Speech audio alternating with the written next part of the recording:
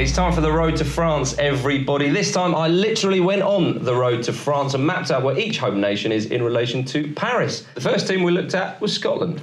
We think Scotland are about here on the port waiting for the ferry to go to France. Of course, qualification is out of their hands at the moment. They're in a difficult group. They've had bad results against Georgia and Germany. Coming up, though, they're against Poland and Gibraltar. They're in the mix still, and they need to win those 2 games, but they need favours elsewhere. Kevin, what do you think about Scotland's chances? I think basically, when we've gone down in the Georgia game, put us on a kind of hold, we kind of break the service station just before the border. But, you know, we've got 2 cup finals now for us. We have an opportunity of getting results, so be it. We can win both the games to get to qualify 3rd place for the qualifiers, for the playoffs, or we can draw, but we've got to rely on 2 other nations, and that's going to be a big ask for us. But we've got the squad there. The general has been 1 or 2 call-offs. We've got Graham Dorrans has come into the squad as well. So we've got players that can get the results for us, and we've got players that can score the goals for us to take us over the water. And Ireland do need to beat Germany and Poland as well, or at least get a couple of results against those sides. So it's no foregone conclusion. Not yet, but we put the brakes on too early. That's the problem. So once we get that handbrake off, it'll be nice, because it'll be nice just to sit in the ferry and travel over. There we go.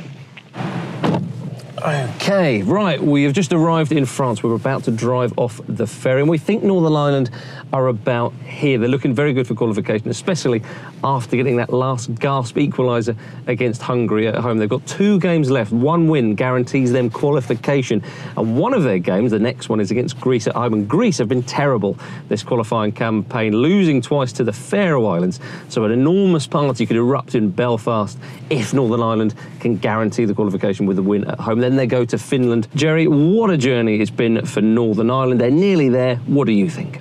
Okay, well, yeah, so we've just landed in France, lads, yeah.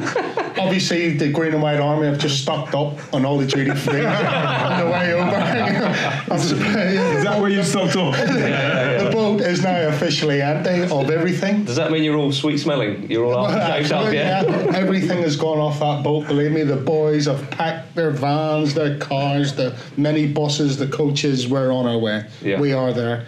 Yes, the door hasn't yet opened off the back of the ferry, but it's only a matter of time. Yeah. It's only press the winch button and down the tracks, and on we roll. Such a brilliant, just a beautiful visual. I can see it all. We're now about 5 minutes outside of Paris itself by the A1, the road that leads directly into the French capital. We think Wales are about here. They are nearly there. They have just about qualified. They've had a fantastic campaign. Highlights include, of course, beating Belgium and taking a point off them away from home as well. They were so close to qualifying last time round, but this time round surely they will do it. Chris Coleman and his men not only have been impressive in qualifying, but they could go to the tournament and actually do something worthwhile. Iwan Roberts, what are you thinking about all this? I think it's quite straightforward for us Welsh, isn't it? We need a point from our next 2 games. Fully fit squad. Joe Ledley and Joe Allen are back.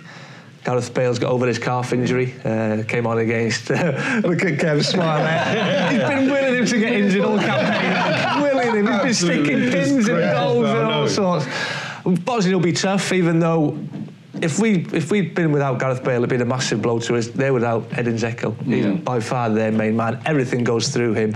So they're not going to be half as strong as what they would be with Dzeko in. If we don't get the points against Bosnia, we've got Andorra at home, who've never won an away game in their history. So I'd love to put us by the Eiffel Tower, but I think you're spot on in where you put us. And this, of course, is where England are. They've already qualified for France 2016 after breezing through qualification, quite frankly. Hodgson's side of 100% record so far and will want to finish with that in their remaining 2 games. But the trick for Roy Hodgson is, of course, is to turn that side into a tournament-winning team. Well, we've been in Paris for a while now, waiting for the boys. That's right. Taking their time to get there, but round and round the arch.